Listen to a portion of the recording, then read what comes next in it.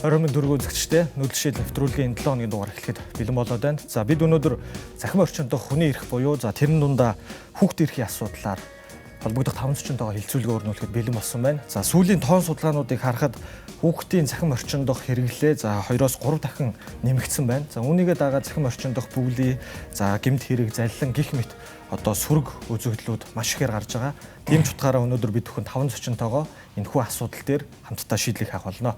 За хүрэлцэн ирсэн зочдоо та бүхэн танилцуулъя. Миний баруун талаас цагдаагийн ерөнхий газрын хүүхдийг гэмт хэрэгээс урьдчилан сэргийлэх засгийн дарга Дид Хуранда Будзаа хүрэлцэн ирсэн байна. За мөн миний баруун тал төрийн захим үйлчилгээний зохицуулалтын газрын захим шилжилт үйлчилгээний газрын дарга Ариун Заяа хүрэлцэн ирсэн байна. За мөн Монгол Улсын ерөнхий сайдын ажлын албаны ахлах мэргэжилтэн Баярхүү хүрэлцэн ирсэн байна. За зүүн гар талд сурагчдын төлөөлөл мөн сурагчдын өөрөө удирдах байгууллагын буюу лидер сурагч академийн төлөөлөл Тэргис Саран маань хүрэлцэн ирсэн байна. За мөн зүүн гар талд маань Монголын академийн сургалт олон нийтэд харилцах газрын дарга Гүн Заяа хүрэлцэн ирсэн байна. За бидний урилгын хүлээн авч хүрэлцэн ирсэн 540-доо баярлалаа. За энэ сэдвийн хүрээнд сүүлийн өдрүүдэд бас нэлээдгүй аянууд эхэлж явж байна. За нөгөө талдаа сурагчдын дунд ч гэсэн захим дээр гэмт хэрэгтэй холбоотой мэдээллүүдийг бол бид бас байнгын харж байгаа. Тэгэхээр би Тэргис Саран сурагчаасаа эхлээд ер нь сурагчид захим хэрэглээ юунд зориулж бас ашиглаж байна. За ялангуяа сурагчдын дунд энэ нөгөө хүний эрхийн асуудал, үе тэнгийн дээрхлэлтийн асуудал захим орчинд нэлээдгүй байгаах. Тэгэхээр энэ тал дээр бас өөрийн онцлогдол сэтгэлээ хэлж эхлэв. За юун туруунд энэ хүү цэнхэрлэлт дээр үзэж суугаа та бүхэндээ энэ хүү гахалт өдрийн мэндийг хүргэе. Захим дээрлэхэл мөн дээрээс нь энэ захим кибер сүлжээ гэдэг байгаа зүйл нь болохоор сурагчдын дунд аль болох нөгөө нэг гэрээний талаараа хийх AI гэх мэтсэн зүйлсүүдийг илүү төлөв ашигладаг. Тэгтээ хүүхдүүд аль бага наснаасаа эхлээд тэр кибер сүлжээ гэдэг байгаа нэг том ертөнцид хөл тавьсан. Тэрийг нь болохоор хянаж цааргалах шүүлтүргүй ертөнцид тэр хөл тавьсан болохоор хитрхийн ингээ нэг тийм салан задгаа ч юм уу тэр тийм үйлдэлүүд бол нэлээд ажиглагдсан. Чим учраас зөвхөн энэ захим орчин гэдэг агааг чинь зөвхөн гэрийн даалгавраар хязгаарлаагүй. Гэхдээ тэр хүүхдүүд чинь яг хараа хяналтгүй яг тэр орчинд байснараа болоод ямарваа нэгэн байдлаар үе тэнгийнхнийгаа дээрлэхүүлэх үзэгдэл бол олшроод байгаа ба.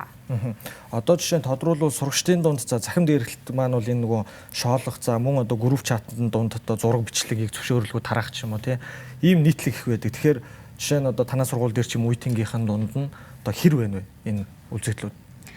Яг манай сургуулийн нэг ойрын жишээ гэх юм бол А гэдэг хүүхэд БВ Г гэдэг хүүхдүүдтэй ингээд тоглох гээд очлоо. За тэгвэл А гэдэг хүүхэд нь аль бага наснаасаа эхлээд тэр нэг утас гэдэг юм байт юм байна. Уцаар ингэж тоглолт юм байна гэдгийг ойлгонгуудаа нөгөө талаараа нөгөө нэг БВ Г хүүхдүүд нь өөрсдөө ингээд нийлээд тоглоо сурчсан. Мөн дээрээс нь ингээд олонтойгоо уус чаддаг. Яг тийм нөхцөл байдалд өссөн хүүхдүүд яг тэр хүмүүс ингээд хоорондоо сөргөлдөөд идэг. Яг эндээс болоод А хүүхдийг хитрхийн ингээд зжигээд идэг. Энээсээ болоод тэр хүүхэд нь ингээд уурладаг, нийцж чадахгүй байгаадаа уурладаг. Тэгвэл энэ нь болохоор өөрөө тэр хүүхэд хитрхийн ингээд тусгаарлагдмал нийгэмд ингээд хитрхийн өөрийгөө зайгаа бариад байгаа учраас энэ дээрлэхэлтийн хохирогч гэдэг байгаа хүүхдүүд нь ингээд бий болоод байгаа маа. Энэ гинжээхний хамгийн ихний нэгдүгээр алхам гарч ирээд байгаа. За баярлалаа. Бодцсон дараагаас яг Тэргис Саран сурагчийн хэлдгээр нэлээдгүй нийтлэг байна гэж хэлж байна. Тэгэхээр ер нь өнөөдөр Монголд энэ хүүхдийн захим орчинд ямар төрлийн гэмт хэрэгүүд, зөрчлүүд ер нь хамгийн их байна вэ? Мөн тоон судалгаа мэдээллийг тавьсан мэдээлэл өгвөл. За та бүхэнд өдрийн мэнд хүргэе.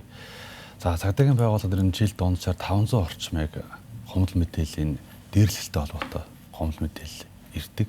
Энэ нь болохоор бусдын алдар нэр хүндэд хаалдах, гүйтгэх, доромжлох ийм байдлаар ирж байгаа энэ зүйл байдаг. Цагдаагийн байгууллагаас үүнийг хүлээж авч шалгаад зөрчлийн бүрэлдэхүүнтэй байна уу, эрүүгийн гэмтрийн шинжтэй байна уу гэдэг үүднээс зүйчлэн шалгаад дээрх 500 орчим гомдол мэдээллийн 50 орчим хувь нь эрүүгийн хэрэг хинжлэх ажиллагаагаар холбоотой ажиллагаанд хийгдээд ингээд явдаг.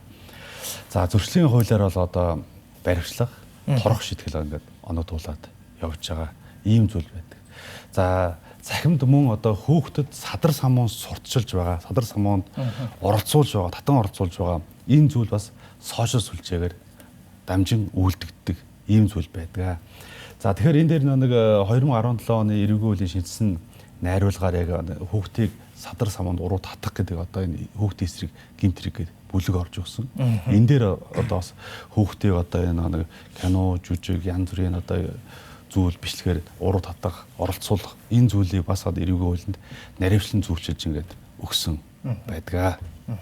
За хууль зүйн дотоод хэргийн яамны нэг мэдээлэл байна л та. За энэ бол жишээ нь 20-с 24 он болон 25 оны эхний 3 сарын байдлаар за цагдаагийн байгууллагад ирсэн одоо гэмт хэрэгт гэж байгаа юм. За мөн одоо зөрчил.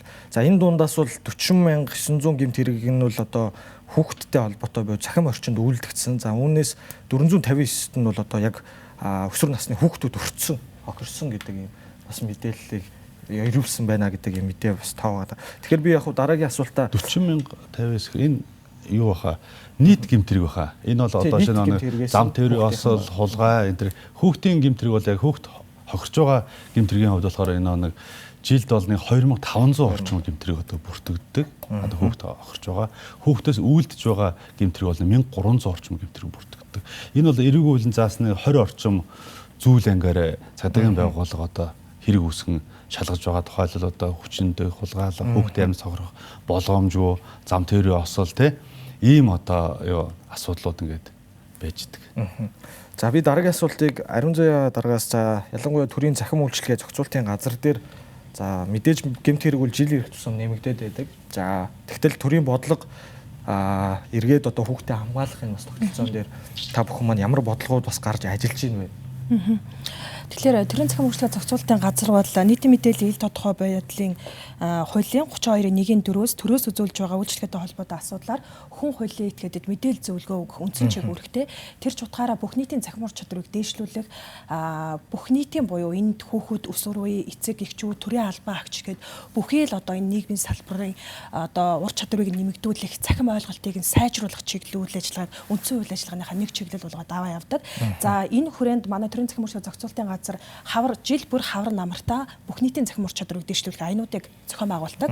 За бүх нийтийн захим ур чадварыг дээшлүүлэх 5 дугаар аяныг бид нар өнгөрсөн оны намар зохион байгуулсан. Энэ аяны бүрэлдэхүүний хэсэг нь бол хүүхэд рүү чиглэж бид 5 бүрэлдэхүүн одоо сэдвтийг энэ аяныг үргэлжлүүлсний хийсний нэг нь болохоор хүүхэдтэй чиглэл. Өөрөөр хэлбэл хүүхэдтэй нөлөөлөё гэдэг. Тэгээ сая нөгөө тэргэл сар дүү маань ярьлаа шүү дээ. Хүүхдүүд гэрийн даалгавар хийхдээ ч гэдэм үү энэ цахимыг хэрэгжилж гэнэ гэд. Энэ нэг бүс нутгийн ялгаатай байдал бас нөлөөлөд байгаа. Манай агентлагийн одоо дэргэд буюу одоо 21 аймагт байгаа хилцээ маань дэргэд байдаг хурдан клубын хүүхдүүдээрээ дамжууд бид нар өөр нь ойлголтыг авч байгаа. Яагаад вэ гэхээр одоо баян үлгийгч гэдэм үү эсвэл баруун бүсийн эсвэл зүүн бүсийн өмнө говийн бүс нутаг болгоны хүүхдүүдийн өмнө толгомцсон асуудал шал өөр байна. Тэдний бас захим хэрэглээ нөр байгаад байна. Тэгэхээр ер нь бол энэ нөгөө захимыг буюу сошиалыг яаж хэрэгжилж байгаа нь одоо томчуудын хандлага, тухайн одоо нийгмийн нөхцөл байдал гэдээ маш тэгэхээр сургуулийн хүүхдүүд рүүгээ чиглэсэн нөлөөлөл ямар арга хэмжээнүүд байна гэдгээс их хамаарат байгаа учраас бид 21 аймагт байгаа захим шилжилт үйлчилгээний эхэлсэн дэргэд хүүхдийн буюу өсвөрийн хурдан клубыг байгуулж байгаа. Эдгээр хүүхдүүд маань яг энэ нийгмийн эерэг нөлөөллийн бодлогыг хэрэгжүүлж байгаа. За тэгээд энэ аян байна гэд олон ажлууд За тэргээс сарангаас жишээ нь 21 аймаг 9 дүүрэгт байгаа хурдан клуб гэж хэлээ. Тэгэхээр ер нь хурдан клубын талаар мэдээлэл авч ирсэн үү? Хурдан клубын ер нь үйл ажиллагаа юмнууд гэдээ орж ирсэн юм байгаа юу? Яг хурдан клубын гут яг тодорхой мэдээлэл байхгүй. Гэхдээ яг хүүхдийн төлөө байгууллага гэж байгаа бол мэдээж тэр хүүхдүүд цахим орчинд яг яаж зохистой хэрэглэх тухай заад юм байна. Нэрээс нь хүүхдийн сэтгэл зүйн талаар бас заад юм байна. Тэгээд мөнөөс нь хүүхдүүдийн тухай хүүхдүүдийн дунд ихтгэл мэтгэлзээний тэмцээний зохион байгуулалт юм байна л гэж ойлголоо. Хурдан клубын талаар аахгүй. За би Баярхуу зочноос за ерөнхий сайдын ажлын албаны ахлах мэргэжлээр бас ажилладаг. Тэгэхээр ерөнхий сайдын хувьд за ялангуяа засгийн газар дээр энэ цахим гэмт хэрэгтэй холбоотой, хүүхдийн эрхийг хамгаалахтай холбоотой, хүний эрхийг хамгаалахтай холбоотой явж байгаа бас бодлогууд юу байна вэ? За цэгэр телевизээ үзэж байгаа үзэгчдээ өдрийн мэнд хүргэе. За захим орчинд хүүхдийн эрх бол өнөөдөр одоо үндэсний аюулгүй байдал, хүний эрхийн асуудал болсон. Тэгэхээр үүний зөвхөн гэр бүлд нь багшд нь даатгаад орхиж болохгүй. Энийг төрийн бодлогын түвшинд 3 чиглэлд харж байгаа. 3 чиглэл. Тий. За хууль эрх зүй, за мөн дэд үтс боловсрол гэсэн 3 чиглэлд нь харж байгаа. За хууль эрх зүйн хувьд одоо хүүхдийг захим орчинд хамгаалах тухай тусгай зохицуулалтын платформуудыг одоо хариуцлагыг тодорхой болгох. За интернет орчин насны ангилал, за одоо сүүлийн үед технологи хөгжиж байгаа учраас AI дээр суурилсан тийм ээ. Суурьтай хамгаалтын системийг нэвтрүүлэх, за мөн хүүхд эцэг багш нарт зориулсан дижитал соёл аюулгүй хэрэглээг аль бие ёсны хөтөлбөр болгох ийм 3 чиглэлд харж байгаа. За ерөнхийдөө гол санаа нь бол одоо хүүхдийг хамгаална гэдэг нь хязгаарлах биш. Аюулгүй орчинд одоо оролцох боломжийг л бүрдүүлчих хэл ёстой зүйлтэй. За үүнтэй холбоод Гүнзээ даргаас сургалт хөгжлөөр дамжуулаад за хязгаарлах биш. Тэ эргээд тэрийг зөв зөвхөстэй ашиглах, өөрийгөө хамгаалах гэдэг ингээд бас хэллээ бодлогын төвшин. Тэгэхээр ийм Монгол Академи дээр за явж байгаа бодлогууд за ялангуяа сүүлд бас 2 ч аян бас зарлагдлаа. Нэг нь бол одоо 365 эвдрээгүй ирээдүйг хамтдаа бүтээ. За мөн одоо захимдч найз байж ч юм уу. Ер нь одоо төрийн болон одоо хувийн хвшлүүд ч гэсэн сайн одоо нөлөөллийн ажлуудыг хийж эхлээд байна. Тэгэхээр үүнтэй холбоотой бас та мэдээлэл өгвөл.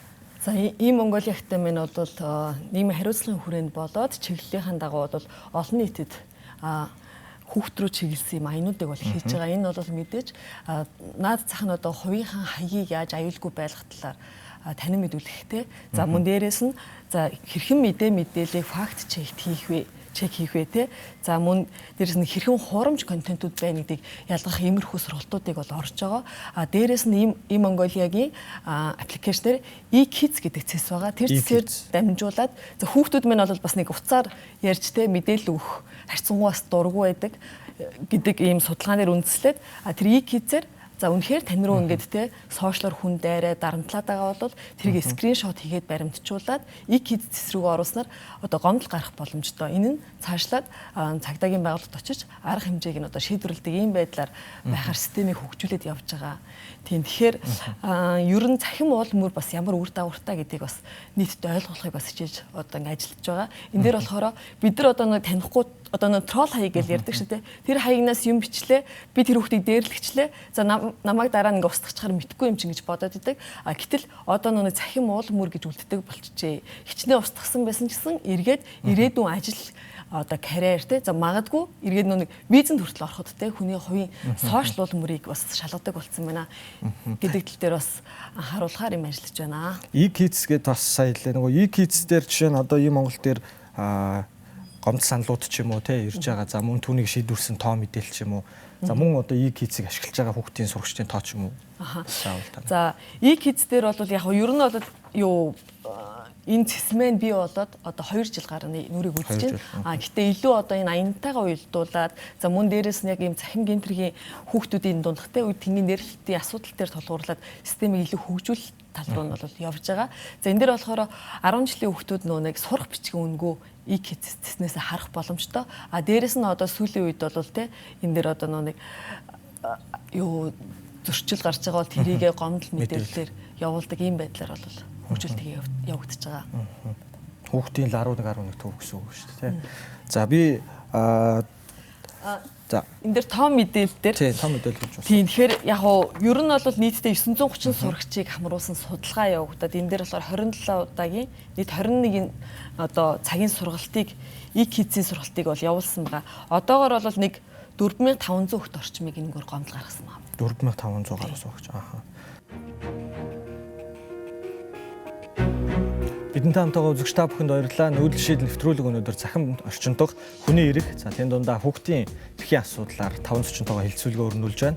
За 2 дахь хэсгийн эхний асуултаа би Тэргэл сарын сурагчаас асууя. За 1-р хэсэгт бол сурагчдад бас захимд эрхлэл за бүлий дүртэх юм асуудлууд бол байна гэж хэлсэн. Тэгэхээр яг ямар хэлбэрээр за ямархуу шат дамжлагаар одоо юу гэдгийг те болж юм. Магадгүй босон тийм кейс байвал бас үзэгчд бас хэлж өгвөл. Захим нэрлэлт гэдэг нь болохоор яг ингээд зүг зүгээрээ жагаад уцаараа рил ухаж жагаад нэг хүүхдийн бичлэг талахгүй бол энэ чинь амар тэнэг юм эстэй гэж бичих болохоор ерөнхийдөө бол яг эхний үе шат биш. Гэхдээ яг сургууль дээр байгаа жишээг харах юм бол одоо манай ингээд байгаа 30 сурагчийн 2 нь нэлээ ингээд нэг тийм биеийн хөгжил муутай аль эсвэл нэг тийм хичээлдээ жоохон тааруу байлаа гэж ботход яг тэнд байгаа нэг жижигхэн хүний дутагдлаас болоод тэр дээр нь дөрөөлөд хүүхдүүд доош нь жижиглдэг. Энэ болохоор зүгээр яг эхний алхам нь. За хоёр дахь алхам нь гэх юм бол яг тэр хүүхдүүдийг одоо нэг тийм шоглсон маягийн нэг тийм мем зургуудаар илэрхийлдэг. За ялангуяа энэ нь ангийн групп чатууд дээр илүү төлхөө харагддаг. Одоо ингээд нүдний шил зүүж яагаад нүдний шил тайсан хүүхдийг хүүе нөгөө нэг панда чинь хараа арилгацтэй юм уу нэг тийм хөө байдлаар шоглдог. Ялангуяа ангийн групп дээр явдаг. За үүний дараагаар хүүхдүүд яг ингээд жоохон хагаралдаж эхэлдэг л дээ. Чи яагаад намайг ингэж дуудах хэвтэй? Тэгвэл чи яагаад ийм төрсэн юм бэ гэд ингэж сөргөлдөж байгаа нь өөртөө тэр хүүхэд хүүхдийнхээ эрхийг зөрчиж байгаа яг тэр нэг жишээнээр байгаа даа л да. Иймэрхүү байдлаар. Аха. За бас дахиад хоёр дахь асуултанд за сая одоо нөлөөллийн аянууд, ажлууд маш их явж гинэ гэдэг. Ер нь энэ маань өөрөө яг сурагч та бүхэнд хэр хурж ажиллаж байна? Хүүхдийн эрхийн тухай нөлөөллийн ажлууд нь ерөнхийдөө яг хүүхдийн оролцооны байгууллагуудаар илүү төлөвлөхөд дамждаг. Манай Монголын хүүхдийн зөвлөл байна, лидер сурагч ахтай юм байна, Монголын өсвөрийн сэтгүүлчдийн хөлбөр байна. Эдгээр хүүхдийн оролцооны байгууллагуудаар илүү аян дамжиж явдаг гэж бодож байна. Хамтран зохион байгуулалт сурагчтай хурж. байгуулдаг. За би будзаа дараагаас яг энэ захимд явж байгаа бас хүүхдийн гэмт хэрэгтэй холбоотой асуудлууд дээр та бас кейс юмнууд бас хэлвэл за мөн одоо эцэг эхийн одоо оролцоонууд бас эцэг их хүүхдэд хамгаалж чадж гин үү? За нөгөө талдаа шийдвэрлэлтийн байдлууд бас хэр байна вэ? За 1996 онд одоо Монгол улс хүүхдийн эрхийн хуулийг батлаад за энэ хуулийг 2016 онд энэ хүүхдийн эрхийн хууль, хүүхдийн хамгааллын хууль гэж хоёр тустай яасан. Эрхийн асуудал тустай юм байх юм байна. Хамгаалал тустай байх юм байна. Хамгаалахын тулд ийм асуудал ярих юм байна гэдэг. Одоо ийм зүйл айгуу тийм яригдж байгаа л да. Бид ингээл нэг хамгаална, тэрнээс хамгаална, энээс хамгаална, ээж аваас нь хамгаална гэж асуудлууд яриад байгаа. Хамгийн чухал зүйл хүүхдийн хөгжлийн асуудал гэдэг зүйл байдаг. Энэ хөгжлийн асуудлыг ингээд өөр ингээд орхичихсан. Ийм нэг зүйл энэ харагдаж байна уу гэж. За нөгөө талдаа нэг хүүхдийг нэг оролцоогоор дамжуулна, хүмүүжүүлнэ гэдэг энэ хүүхдийн эрхийн хуулинд байгаа. Тэгэхээр хүүхдийн оролцоо гэж юу юм бэ гэвэл нийгэмдээ одоо оролцож, анги хамт олонтойгоо тоглож, наадаж, хүмүүжиж тэ бусдаас эрийг сайн хүмүүжил авч ингээд явах хэрэгтэй ийм зүйл байдаг. За дээрлэгтэй холбоотой асуудлыг юун дээр харагдаж байна вэ гэх тэгэхээр нэг талдаа одоо шинэ сургууль дээр жижигхэн зүйл гардаг. Одоо шинэ нэг урд сууж байгаа хүүхдээ ингээд найзаа надад нэг туслаач энэ бодлого яаж боддөг юм бэ гэх юм. За ингээл нөгөө асуудлыг очингууд ингээ миний артлын хөвгт ингээд ээж авдаа хэлж байгаа юм л та. Миний артлын хөвгт намайг хатгаад хичээл хийдэггүй байсан. За маргааш нь ангийн багш нар давхичроо энэ ардын сууд хөвгт миний хөвгт амар дээрлэгдэх юм шүү гэл ингээл асуудал яваа. За энэ асуудал үргэлжлээл нэг эцэгхийн групп руу яваад орчиж байгаа. За одоо тэр нэг Батын ээж одоо хүүхдээ анхаарна уу? Бат бол манай охиныгоо их дарамтлалтай юм шиг байна гэж. Үгүй тийм байхгүй юм. За ингээ үргэлжлээд явлаа. Тэгэхээр нэг хүүхдийн энэ оролцоонд бас аяг хүндэтгэлтэй хандах, соёлтой хандах эцгийн үүрэг оролцоо аягүй чухал байна. Энэ асуудал ингээл даймжирч явсаар байгаа л ингээд хүүхдийг юм болгоноос нь өмөрдөг те. Ер нь хүмүүжүүлэлт нь ингээд ерөнхий байдлаар хит ингээд нэг тууширч орохгүйгээр хүүхдийн өөрөөр нь хүмүүжүүлэх юм боломж болцоо. Хүүхдийн эрхийг хүндлэх тал дээр ээж аавууд маань бас хүндэтгэлтэй хандах шаардлагатай байгаа юм. За нөгөө талдаа хүүхдийг хүмүүжүүлэхэд энэ юуны асуудал байна? Олон нийт дэд үтсийн одоо энэ асуудлууд одоо шинэ хүүхдийн одоо чөлөөцсөн өнгөрүүл орчин нөхцөл хаанд байдаг вэ? Ер нь их л байгууллагууд ашигын төлөө ажилдаг л да. Гэхдээ тэнд очиод хүүхд эрсдэлд ордог, тэнд одоо асуудал очиод үйлчлэгээний төвд очиод кино янз бүрийн хоолунд идэж уучаа гарч явж байгаад харанхуй болонд бие бинийгээ дээрлэгдэг гэл ийм асуудлууд гарч ирлээ шүү дээ тий. Сошиал захим сүлжээнд инглээ тэглээ гэл тий. Тэгэхээр энд нөгөө бага наснаас нь хүүхдийн хүмүүжил төлөвшөлд эцэг их одоо багш сургамжуулагч оролцуулна гэдэг зүйл хамгийн чухал нь энд байж байгаа. Та өнөөдөр нэг хүүхдээ одоо хэд байдیں те 3 4 те хүүхдийнхээ бага наснд нь оролцоог бол том одоо болохт нь одоо тэр хүүхдэд одоо юу ч хэлээд бас хүлээж авахгүй асуудал үүсдэгэ те зөрчил үүсдэг. Үүнтэй холбоотой цагдаагийн байгууллагад дуудлага мэдээлэл бас маш их ирдэг. За шийдвэрлэлтэй дараагийн дугаар бас нэг юу байна. За кейсээр ингэж байгаа цахим орчинд мэдээлэл ингээд тарахад энэ мэдээллийг одоо олон нийтэд ингээд түгээж одоо сошиал хуудасаа дагагчийг одоо нэмэгдүүлэх зорилготой янз бүрийн аккаунт хаягууд үүсэж байна л да. За одоо шинэ сая одоо нэг юуны одоо хэрэг гараад нэг сарын өмнө нэлээд одоо асуудал үүссэн. Үүнийг цагдаагийн байгууллага шалгаад энэ сартаа явахтаа прокурорлоо шийдвэрлэнэ гэдэг асуудал яригдж байгаа. Тэгэхэд түүнийг дагсан тий цагдаа намаа шүнжингээ 24 цаг цахимаар байцаалаа гэдэг. Монгол Улсын эрүүгийн хэрэг хэн шийдвэрлэх тухай хуулинд цахимаар байцаадаг тийм зүйл ерөөсөө байхгүй. За ингэхэд нэг сошиалд ингээд байж байгаа хүмүүс ингээд харж байгаа хүмүүс түүнд итгээ, түүнийг дагаад цагдаа ерөөсөө яг тэгсэн байх, нэгсэн байх нарыг сошиалын цаанаас гарна гарч байгаа 2-3 удаа цогсон энэ төр гэлбэр комент янз бүрийн асуудал гэл гарч байгаа юм л та. Тэгэхээр энэ дээр нэг хаана нэг мэдээллийг шүүлтүртэй хүлээн авах. Яг энэ асуудлуудыг хүүхдөө шүүлтүргүй хүлээж авч байгаа. Шууд итгэж байгаа, дагаж байгаа, холбогдож байгаа тий.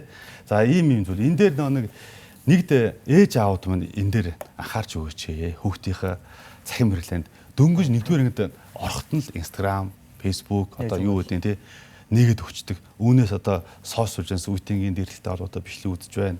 Алан хэдэ хүүхдийн хүмүүжлийн эсрэг янз бүрийн одоо мэдээлэл үзэж байна. За мөн одоо залхим эхлүүлэх асуудлууд их гарч байна. Ер нь Монгол улсын эрүүгийн хуулинд хүүхдийг залхим эхлэх юм гэмтрээс үүдэгддэг байсан. Одоо хүүхдийг залхим эхлэх гэмтрийг ээж аавынхаа карт ном янз бүрийн юмтай утсаа холбоод ингээд онлайнаар заллуулах, худалдаа авалт хийх гэдэг янз бүрийн зүйлүүд ингээд гарч байгаа. Тэгэхээр нэг талдаа ингээд бидний яг одоо оршин буй амьдрал шиг одоо сошиал киберийн одоо орчин үүсчлээ. Үүнд хүүхдийнхээ эрх аюулгүй байдлыг хангах нь за хууль хэлтийн байгуул бидэнд бас үүрэг байна. Гэхдээ ээж аав та хүнс үүрэг биш үү гэдэг хэлмээр байна. За баярлалаа. Баяр хүү зочноос за явж байгаа хэлбэрүүдийг үл бас сая бадзаа дараа ярьлаа. Гэхдээ нөгөө талдаа за дүүрэг, хороо, сургууль, цэцэрлэг за төрийн уялдаа холбоотой бодлогууд гэдэг ингээд ер нь энэ хамтраллууд хамтран ажиллах за тэгжээж бас бид хүүхдийг захим эрсдлээс хамгаалах ер нь бодит ямар ажлууд явах ёстой байна вэ? За нөгөө талдаа одоо аяныг бид бүхэн бол одоо нэг удаагийн нөлөөлөл биш юм доктортой болгох тийм механизм бол одоо ялангуяа төрийн хувьд эцгийн газрын түвшинд яаж бас ажиллахаар бас төлөвлөж байна. За яалчгүй бас сая хэлж байгаа хамтын ажиллагаа гэж байгаа энэ өөрөө маш зөв. Хамтын ажиллагаа маш чухал энэ дээр одоо төр, хувийн хвшил, багш сургууль хүмүүжүүлэгч эцэг их за одоо магадгүй тухайн хүүхдийн гэр бүл дотор байгаа ах эгчин ч гэсэн одоо ингээм хамтарч ийж энэ одоо үр дүнтэй болох. За тэгээд дараах дөрвөн ажлыг бол бодиттой хэрэгжүүлж болно гэж ер нь үзэж байгаа. Тий. Сургууль дээр одоо дижитал хамгаалтын зөвлөл байгуулах тий. За үүн дээр нь болохоор нийгмийн ажилтан багш эцэг их зам одоо цагдаагийн албан хаагч тий. За сар бүр одоо эрсдлийн мэдээлэлээ солилцох тийм одоо уулзалтуудыг тогтмол төр нөгөө зөвлөлөөрөө хийж явах хэрэгтэй байдаг ч юм уу тий. За тэрэнд нь болохоор ямар төрлийн дээрлэхэлт гарсан, за ямар төрлийн залилан гарсан, за ямар төрлийн одоо юм ёс бус үгэлэгтэй контент ямар юмнууд хэрэгжиж ин явж ин гэдгийн талаар мэдээлэл авах. За мөн эцэг их зориулсан одоо богино сургалт гарын авлагнууд ч юм уу одоо ингээд нөгөө сургуулийн орчноос за эсвэл мэдээж төрөөс ч юм уу цагдаагаас ингээ хамтраад хийгээд энийг гарын авлага болгож өгөх хэрэгтэй. За үүн нь болохоор одоо нөгөө эцэг эхчүүд маань харьцангуй одоо нөгөө захим дээрлэхэлт одоо захим орчны нөгөө хэрэглээ мэдхээ байж байгаа учраас одоо ингээд ер нь бол платформуд маань ингээд үе үеэрээ ч юм уу наснаараа ингээд хуваach чадах шүү дээ тий Facebook, Instagram, TikTok гэдэг ч юм ингээд насны ангиллаараа тийм учраас нөгөө гарын авлага зайлшгүй хэрэгтэй гэж юу үзээд байгаа. За тэгээд хүүхдүүд нь одоо peer to peer буюу одоо хүүхдтэй зөв мэдээлэлээ өгж явах хэрэгтэй. Одоо өгөх хэрэгтэй тий. За энэ нь одоо хамгийн үр дүнтэй арга л гэж энэ дөрвөн аргыг бид одоо ер нь үзэж байгаа. Судалгаан дээрээс мэдээж суурилсан тий одоо. Тийм. Тэгээ ер нь гол санаа нь хүүхдийг хамгаалах хүчтэй систем болвол ерөөсөө ойр орчны уялдаа холбоо л гэж үзэж байгаа. Уялдаа холбоо. Тийм. За баярлалаа.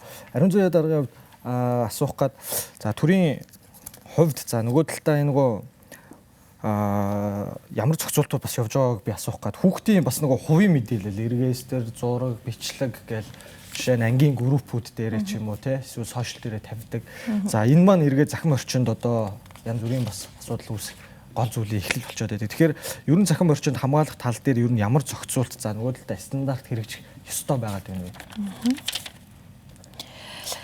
Бид нар ерөн захим орчин тэгээ тэр дундаа захим орчинд хуйтангийн дээрлэхэлт хүүхдийн эрх, хүний эрхийн асуудал ярихын тулд эхлээд хүн байх сур асуудлаа нийлээд сайн ярмаар байгаа.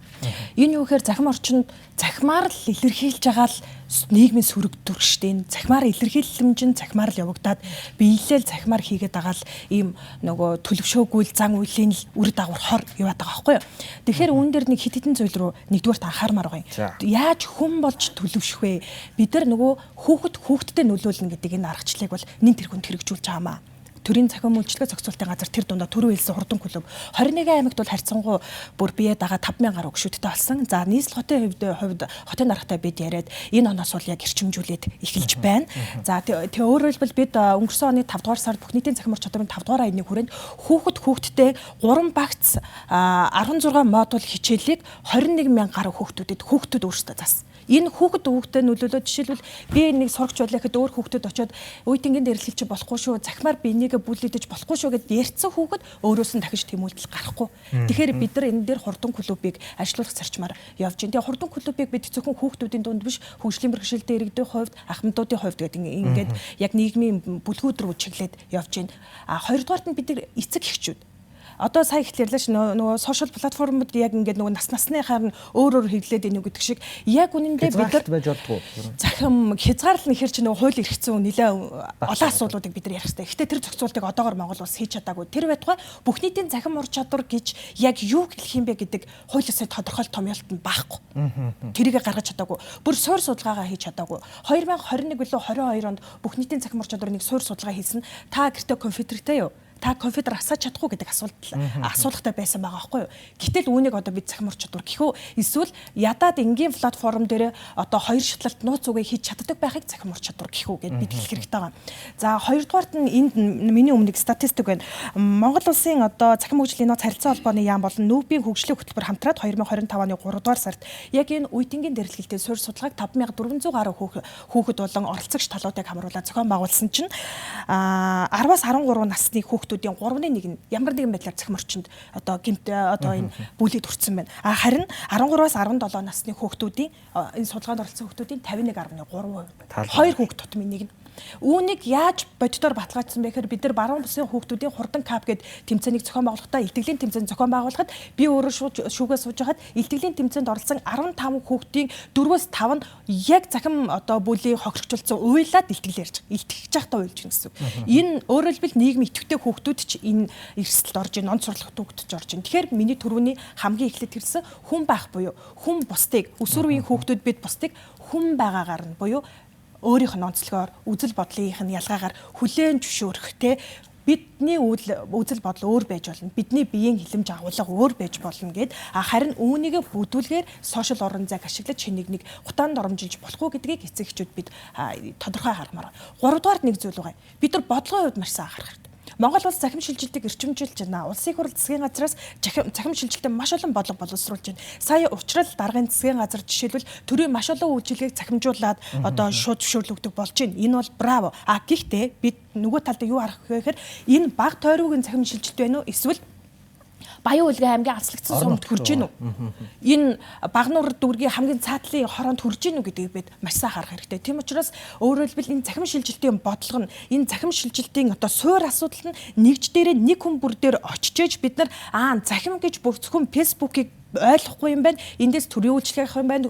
Хамгааллаа авах юм байна. Асуудал шийдвэрлэх юм байна гэдэг энэ бодлогын зохицуултанд зэрэг явж иж бид нар нөгөө захимын тухай ярихдаа ганцхан фэйсбүүкийн талаар ярихгүй захим өөрөө боломж гэдэг ойлголтыг юм өгөх нэн шаардлагатай байгаа юм. За ингээд ярихаар сүүлийнх нь ингээд ярихаар бид нар нөгөө бодлого тодорхойлохоор зөвхөн их хурал засгийн газрын түвшинд хараад байгаа нь өрөөсгөл бид нар аймаг дүүргийн иргэдийн хурлын бодлого руу бас орох хэрэгтэй болж байгаа юм. Өөрөөр хэлбэл аймаг дүүрэг болгоны иргэдийн хурлаар үндэсний аюулгүй байдлын одоо жишээ одоо хөтөлбөрөө боловсруулдаг байхгүй иргэдийн хурал баталдаг.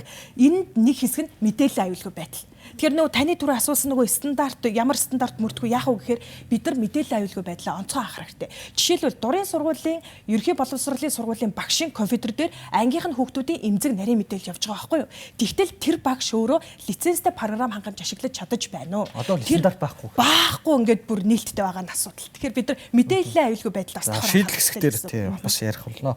За гүнзээ дараагаас хүүхэд e-kids одоо хамгаалтын захим одоо энэ бол төрөөс бас хамгаалж байгаа том платформ болоод байна. Тэгэхээр нөгөө талдаа хүүхэд бүлийг хүртлөө гэж бодоход хамгийн эхлээд хинт хаана яаж хандхаа ялангуяа эцэг эхтэй ч юм уу багштай хэлхээсээ санаа зовж байгаа тохиолдолд захимаар яаж одоо асуудлаа хөргүүлэх юм. Эргээд түүнийхээ хүрээнд e-kids дээр ирсэн саналууд цаашаа ямар процессор явагдгийг энэ талаар та бас үзэж байгаа бас энэ сурагч хүүхдүүд бас нэг тайлбарлаж өгвөл. За яг энэ дээрээс дахиад хэлэхэд бол Нэгдсэн үндэсний байгууллагын 2025 оны судалгаагаар за 12-оос 18 насны хүүхдүүдийн нийт 90% нь буюу цахимыг ашиглаж байна тийм. Гэтэл одоо Facebook-ийн одоо өөрсдийнх нь журам дээр бол 16 наснаас дээш насныхан хэрэглэх ёстой гэдэг шүү дээ. Гэтэл ээж аав нээгээд өгчдөг тийм хичээлийнхэн даалгаврыг хийх гээд одоо нээгээд өгчдөг. Гэтэл ганцхан даалгавар хийх гэхээс илүүтэйгээр одоо нэг 16 настай хүүхдийн хэмжээний контентийг 9 настай хүүхдүүдээс сууж идэг, 12 настай хүүхдүүдээс сууж идэг, 18 наснд хүрсэн хүний контентийг агуулгыг 13 та хүүхдүүдээс сууж идэг ч юм уу те. Энэ өөрөө эргээд бид нар эцэг эхчүүдийн хяналт нь хаана байгаа юм бэ те. За боломжийг нээгээд өгчөж байгаа юм. Тэгвэл тодорхой хэмжээний за мэдээж төр бол тодорхой хэмжээний үүрэг хариуцлагын хүрээнд, нийгмийн хариуцлагын хүрээнд энэ ажлуудыг хийн. Давхар эцэг эхчүүд заавал тодорхой хэмжээний одоо анхаарал, хяналт гэхээс л анхаарал тавихгүй бол эргээд энэ хүүхдүүдийн бас хүмүүжлэн одоо яг тэр сошиалар одоо хүмүүжээд байна тий. За магадгүй ээж аавын үед бол орцсондоо болцдог гэсэн бол одоо хүүхдүүд social private group-үүд дээр болцдог болсон байна тий. За гэтэл за миний бичиж байгаа хин харах вдэ гэд өөрөөсөө одоо цадиггүй хүмүүжилгүй пост бичээд нэнийг доромжилж ивэл таны хүүхдийг бас хараад л байж байгаа тий. Тэгэхээр таны хүүхдийг танихгүй хүмүүс хүмүүжүүлж байна шүү. Тэгэхээр хүүхдүүдийнхэн бас найз байгаа, хинтээ Facebook-ээр найз, хинтээ Instagram дээр, TikTok дээр найзууд байна тий. Яг хэрэгжилж байгаа одоо аппликейшнуудыг нь бол тодорхой хэмжээгээр анхаарал тавих нь бол чухал гэж бодож байгаа. Дээрээс нь гэх юм бол хүүхдүүд танин мэдүүлэх чадвар мэдээлэл маш чухал юм байна тий. Одоо за Mongolia-гийн e-kids гэдэг цэсээр та ингээ гомдлоо гаргаж болох юм байна. Бид бол заавал уцаар ярьж болохгүй ингээд болох юм биш тэгээд мэдээд хүүхэд шууд одоо тэн дээр ингээд болох байгаа асуудлаа нэрээ нууцлаад бичиж болж байгаа байхгүй тий.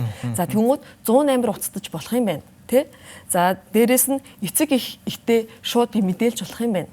За би багштаа бас энэ асуудлаа хэлж болох юм байна. За цаашлаад сургуулийн нийгмийн ажилтнанд хүртэл тий ингээд өргөдөл гомдол гаргаж болох юм байна гэдэг захимаар шууд тий.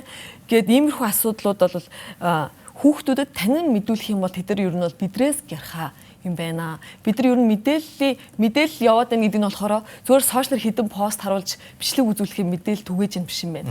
Хүүхдүүдтэй яг магадгүй сургалтынх нь боловсролын орчинд нь тий энийг таниулж мэдүүлэх нэг цаг гаргадаг ч юм уу.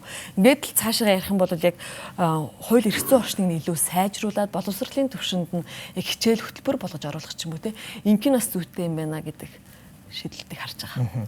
Одоо бас энэ тодруулах гээд e-kids дээр эцэг эхчүүд маань ч юм уу нөгөө аппликейшн болон үзэж байгаа контентын дээр нь хязгаарлалт ч юм уу тодорхой цагийн ч юм уу зохицуул тийм юм оруулж болох. Яг энэ бол Mongolia бол e-kids-ээр бол боломжгүй.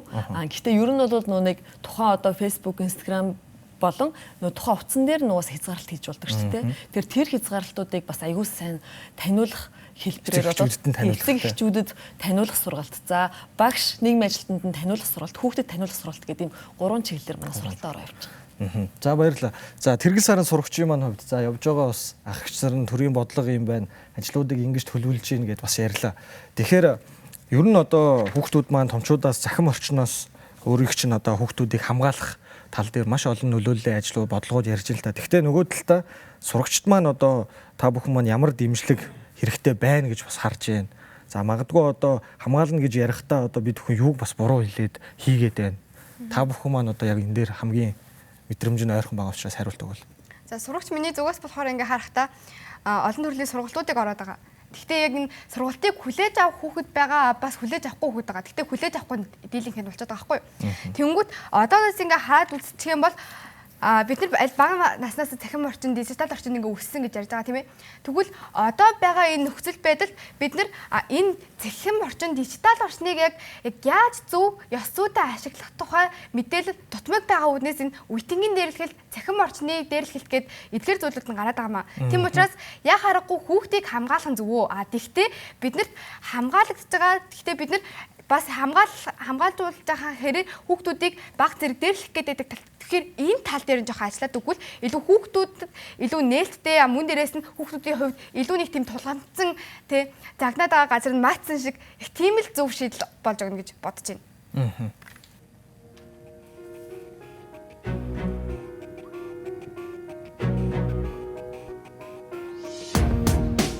Бидэнтэй хамтаа үзэгч та бүхэнд баярлалаа. Нүдшил нэвтрүүлэг өнөөдөр цахим орчин дахь хүний эрх сэдвийг сонгоо авч 5 зочинтойгоо хэлэлцүүлгээ өргөнүүлж байна. За бид 3 дугаар хэсэгт тулгымцсан асуудлынхаа шийдлийг хамтдаа ярилцсан.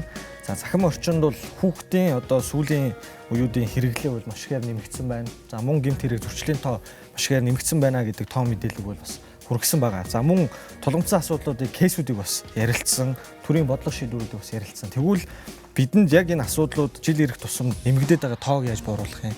Бодлогын түвшинд ямар шийдлүүд байх ёстой юм бэ гэдэг нэг асуултыг та бүхнээс асууя. Будцаан дараагаас эхлээд хариулт өгье.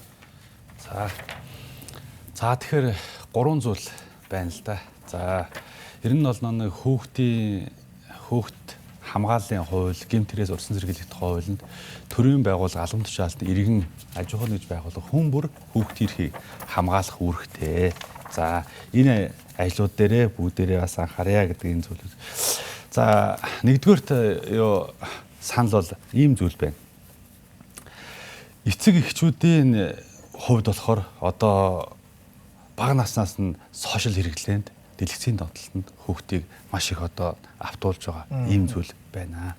Энэ дээр анхаараач. Сая харилцаа холбооны хорооноос нэг судалгаа гаргасан байлаа. Монгол улсын нийт хүн амын 87% орчим хувь сошиал сүлжээ идэвхтэй хэрэглэж байна гэдэг ийм зүйл. Энэ дунд 6-аас дээшээсний арга бүх хүн одоо 2,900,000 орчим гэхээр 6-аас дээшээсний бүх хүн одоо оролцож байна л гэсэн үг. Тэгэхээр энэ дээр бас та бүхэн эцэгчүүд мань гэр бүлдэх хүүхд хамгаалалт гэдэг хүүхд хамгааллын хуулинд байгаа. Энэ дээр анхаарч өгөөч гэдэг энэ зүйл. За дараагийн дугаарт технологийн хувьд одоо энэ дээрлэлт болон цахим орчинд үйлдэгдсэн одоо энэ гэмт хэрэг зөрчлийн талаар хохирогч хүүхэд ялангуяа ирнэг одоо 150 орчим хувь нь мэдээлэгдэхгүй үлдэх байдал одоо нэлээд хугацаа өнгөрсөний дараа мэдээлдэг одоо шин найзны мэдээд ч юм уу ээж аав нь мэдээд ч юм уу те мэдээлэгдэхгүй үлдсэний улмаас нөгөө итгэхэд ял завшаад үлддэг юм асуудлууд ингээд байдаг. Энэ зүйлүүд байна. За 3 дугаар асуудал сая та бас нэг хэллээ. Технологийн нэг мэдлэгээ одоо сайжруулах юм шаардлагатай. Хууль эрх зүйн орчныг одоо боловсронгуй болгоё гэдэг маш олон зүйлээр ярьдаг. Гэхдээ одоо яг хүүхд хамгааллын тогтолцоонд бол хүүхдтэй холбоотой Монгол улс батлах ёстой хууль тогтоомж, олон улсын гэрээр ихсүү бүгд ингэ бэлэн болчихсон. Хэрэгжилт хамгийн чухал.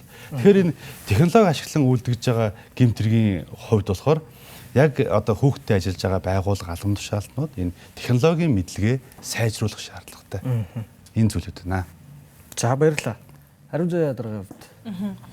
Шийдлийн хувьд ер нь талуудын хамтын ажиллагаа маш чухал. Салбар дундын зохицуулалт, төрийн болон хувийн хвшлийн байгууллагууд, эцэг эхчүүд, хүүхдийн өмнө үүрэг хүлээгчид, хүүхдүүд гээд бид бүх шатантай хамтарч ажиллах нэг хэрэгцээ байна. Өөрөөр хэлбэл томчууд хүүхдээ сонсож чаддаггүй гэж.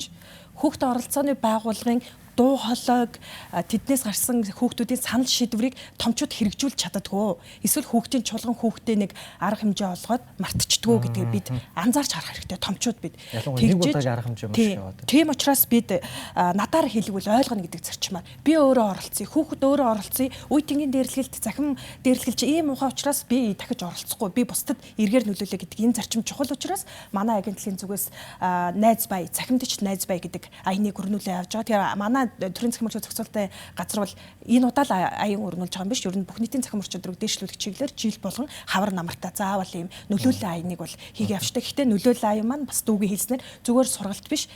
Нөлөөлийн олон төрлийн арга хэмжээ хүүхдүүд өөрөө оролцдог тийм юмнуудыг хийж байгаа. За энэ бол шийдэл гэж харж байгаа. Хоёрдугаарт нь бид нар төрийн бодлогын зүйтэй бас байндаа онсон байдлаар хэрэгжүүлэхэд онцгой анхаарах хэрэгтэй. Түүн дээр би түрүүн цус дурдаад өнгөрсөн.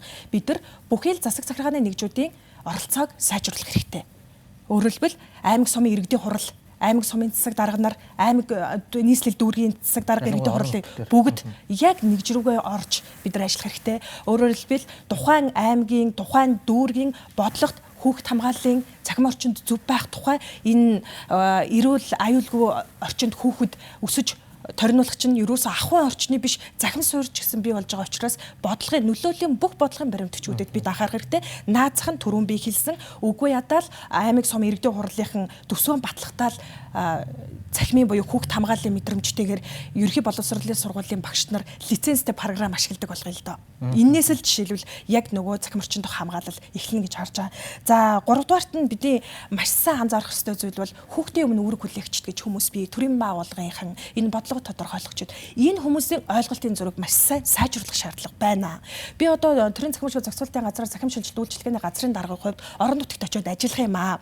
Яг үнэндээ зарим нэг одоо удирдлагуудтай уулзахаар захим гэдээ ярихаар Facebook гэж ойлгож сууддаг хүмүүс ч байна. Тийм учраас мэдээж тэнд улс төрчид байгаа, удирдлагууд байгаа. Тэр хүмүүсийг орхихгүйгээр энэ удирдлагуудын төрийн аль багшийн захим орчин чадрыг дээшлүүлж бид энэ захим орчны энэ ялгаатай байдлыг арилгах захим орчныг зөв болгох талын бодлого шийдвэрүүдийг бүгштэнд гаргах юм аа.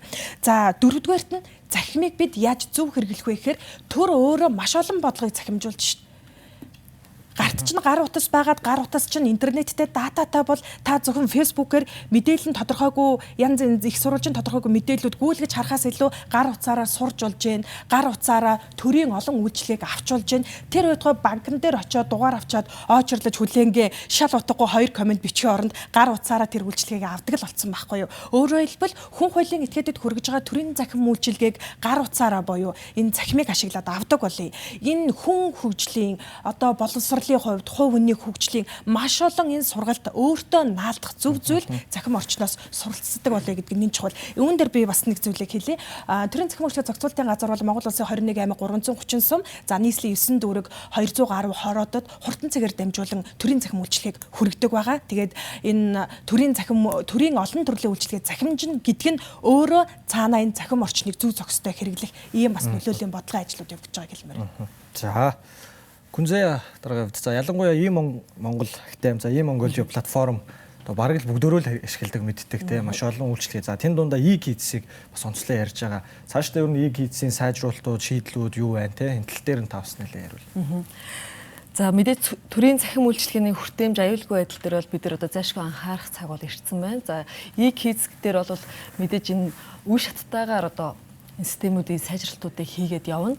Бас явагдаж байгаа. Гэтэ мэдээж шууд ингээл нэг юу одоо энэ жилийн төсөв мөнгнөөс шалтгаалаад тий энэ хөгжүүлэлтийг хэр одоо бүр төгс юмыг бол хүсэх хэрэггүй. Гэхдээ анхан шатны болоо дунд шатны арга хэмжээнүүдийг бид нар бол аваад явж байгаа. Гэхдээ цаашдаа бол энэ хүүхд хамгаалалт чиглэл рүүгээ илүү энэ e-kids-ээ бас хөгжүүлээд системээ илүү сайжруулад явах нь их чухал юм а гэж бол харж байгаа. За энэ дээр мэдээж захим платформуудыг бол хүүхд зориулсан илүү одоо нэг kids friendly буюу яг хүүхэд ойлгох тий. За дээрээс нь комик хэлбэрээр зааварчилгаа өгдөг ч юм уу. Яг хүүхдийн хэлээр ойлгох хэлээр нь бид нар зааварчилгааг бас хөрөх нэг чухал юм байна гэж харж байгаа. За хамгаалтын механизмд нь бол за төрийн үйлчлэгээний системд хүүхэд өөрийнхөө эрх ашиг зөрчигдсөн бол за e-kids-ээр дамжуулан мэдээлдэг тий. За 108 руугаа шууд ярьдаг шиг тийм үү. Иймэрхүү байдлуудыг бол бас маш сайн таниулан сурталчлах нь бас чухал юм байна. За мөн дата хамгаалалт дээр гэх юм бол хүүхдийн хувийн мэдээллийг боловсруулалтаа мэдээллийн аюулгүй байдлыг маш сайн хянаж байхгүй бол за яа тийм одоо чиний хүүхэдтэй би таньдаг юм чин гэдэг байдлаар хандаж хамаагүй зургийг нийтлэх ч юм уу. Энэ бас өөрөө болохгүй гэдгийг насан турш хүмүүст ч гэсэн бас ойлгуулах одоо энэ чадрыг бас суулгах нь чухал юм а гэж байгаа. Дээрээс нь цахим уул мөрийн талаар бол маш сайн ойлголтыг өгөх хэрэгтэй. Энийг яг нэг хэлээд бас саяхан хүртэл бид нараас мэддэггүй байлаа шүү дээ.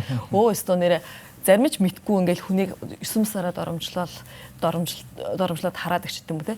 Гэтэл энэ өөрөө эргээд ирээдүйд магадгүй танаа хүүхэд хэний хүү хааврыг хэн мэдлээ.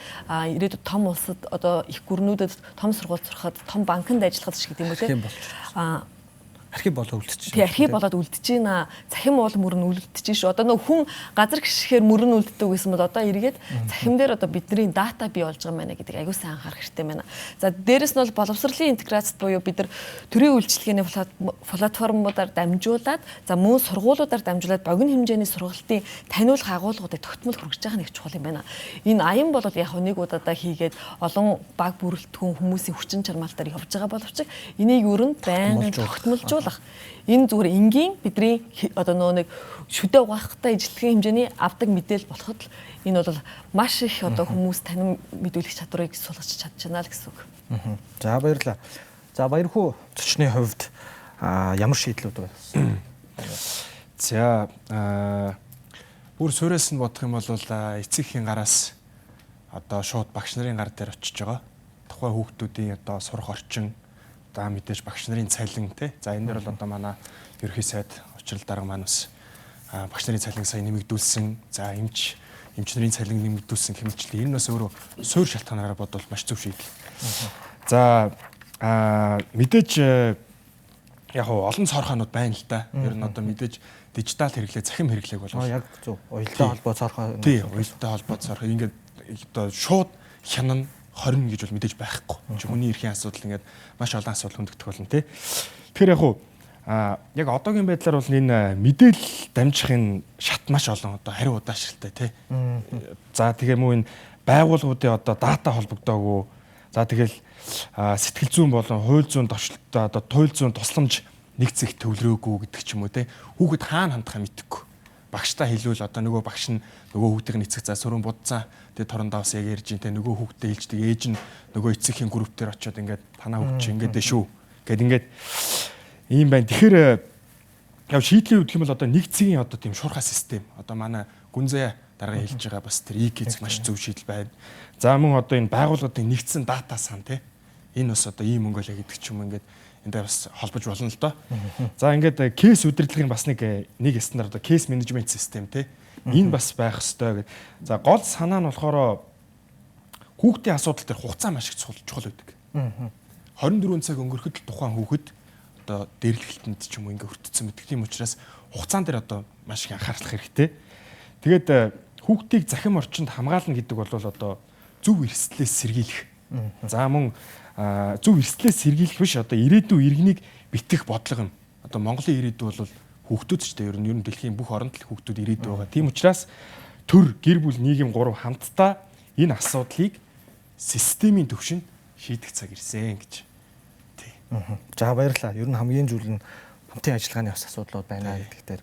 За би тэргэл сарын зочноос за ялангуяа одоо сурагчийн төлөөлөл байгаа. Тэгэхээр телевиз үзэж байгаа сурагчид, эцэг эхчүүд, ялангуяа одоо төрийн бодлого тодорхойлогч нар ч бас энэ хүн нэвтрүүлэг үзэн. Тэгэхээр чиний хувьд бас хэлхийг хүсэж байгаа шийдэл, за мөн уриалгахыг хүсэж байгаа зүйлээ бол бас хэлэх бүрэн боломж байна.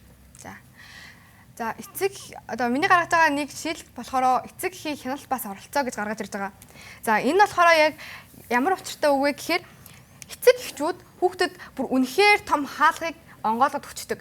Яг ухтаа бол эцэг их жоохон байхдаа яг онгойж болох хаалга болон болохгүй хаалга гэж байдаг атал харин өнөөдөр энэ 21-р зуунд бүх хүүхдэд бүх хаалга нээлттэй байгаа.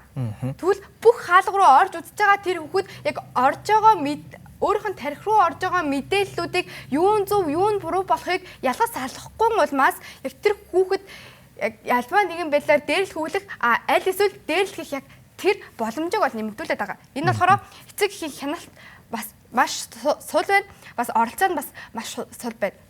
Яг оролцоо сул байгаа гэдгийг яаж дүгнэж байгаа вэ гэхээр одоо сургуулиудад эцэг эхийн хурал болонгууд яг эртсэн нэг 30 хүүхэдтэй ангиас 18 мэрэгчтэй нэг.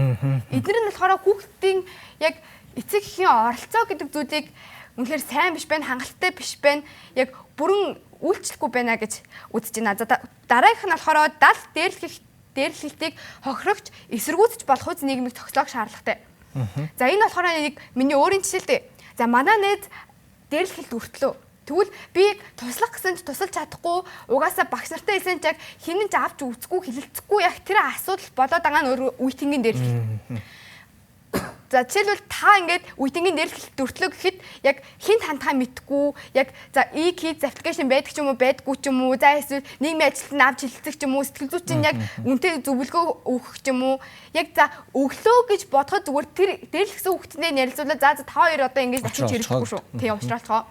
Ийм байдлаар хүүхдийг яг дээрлэлтэнд өртөнгүүт тохирох арга хэмжээг нь авч чадахгүй угаасаа өөр хүнд хэлсэн ч гэсэн бүх яг ингэж хэргийг нээж ярьж чадахгүй яг тийм ийм нийгэм амьдруулж иж өөртөө яг ингээд бүх ингээд хамаг ингээд хүмүүст тэ яриад хилээд уучраа олчих гээд байгаа жоохон утгагүй санагдаад байгаа. Тийм учраас бид нар далд дээрлэлтийг илүү нээж гаргаж чадхаар хэмжээний зоригтой хүүхдүүдийг цогцлоох, бий болгох, бүтээх, хүмүүжүүлэх шаардлагатай гэж үзэж байна. За тэгээд бага наснаас нь зөв цахим боловсрол болгох. Энэ бол үнэхээр чухал сэдв. Бид аль багасаа за манай ээж аав нарын үед мал дээр гараал эмээ өвөө нь бичиг үсэг заагаа сургууль сураал үнэхээр нэг тийм аз жаргалтай эрүүл бага технологитой орчинд өссөн. Гэхдээ өнөөдөр энэ 21-р зуун буюу 2026 онд Alpha Generation, Z Generation гэдэг байгаа үеийн ялгаа тэдний хэрэгжилж байгаа технологийн дэвшилт үнэхээр ялгаатай байгаа.